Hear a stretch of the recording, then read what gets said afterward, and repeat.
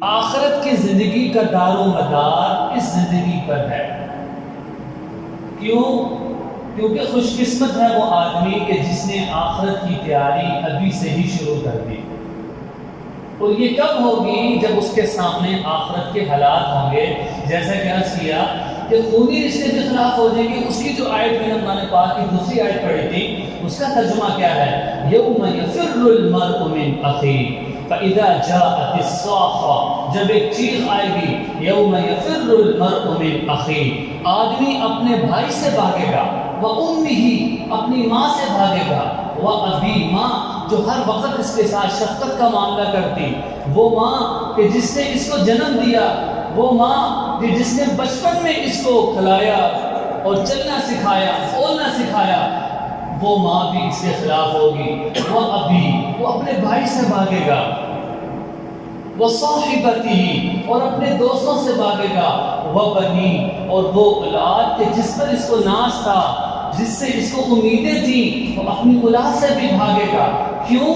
لِكُلِّ امْرِئٍ مِّنْهُمْ يَوْمَئِذٍ شَأْنٌ يُغْنِيهِ، وہ قیامت والا دن ایسا دن ہے کہ اس دن ہر ایک کی الگ شان ہوگی۔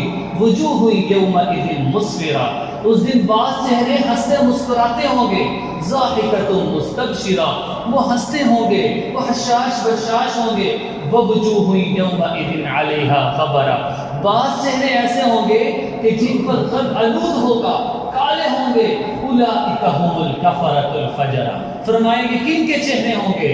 یا تو وہ کافر ہیں یا وہ فاسق اور فاجر ہیں۔ سورۃ یاسین میں کیا ہے؟ سورۃ یاسین میں کیا فرمایا؟ وامتازوا اليوم ایھا المجرمون، قیامت کی ہولناکیوں میں، قیامت کے مناظر میں اللہ اعلان کریں گے کہ مجرم لوگ آج الگ ہو جائیں۔ پھر اللہ فرمائیں گے الم اعہد الیکم یا بنی آدم، اے بنی آدم، کیا تم نے میرے سے وعدہ نہیں کیا تھا اللہ تعبد الشیطان، کہ تم شیطان کی پیروی نہیں کرو گے، انہ لکم عدو مبین، کیونکہ وہ تو تمہارا کھلا دشمن ہے۔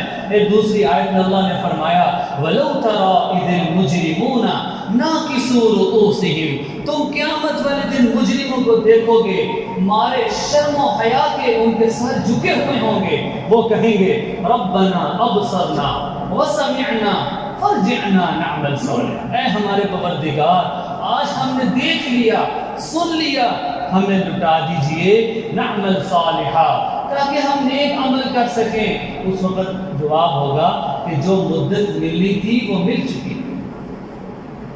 تو عزیزان محترم، قیامت کی ہولناکیاں اور قیامت کے حالات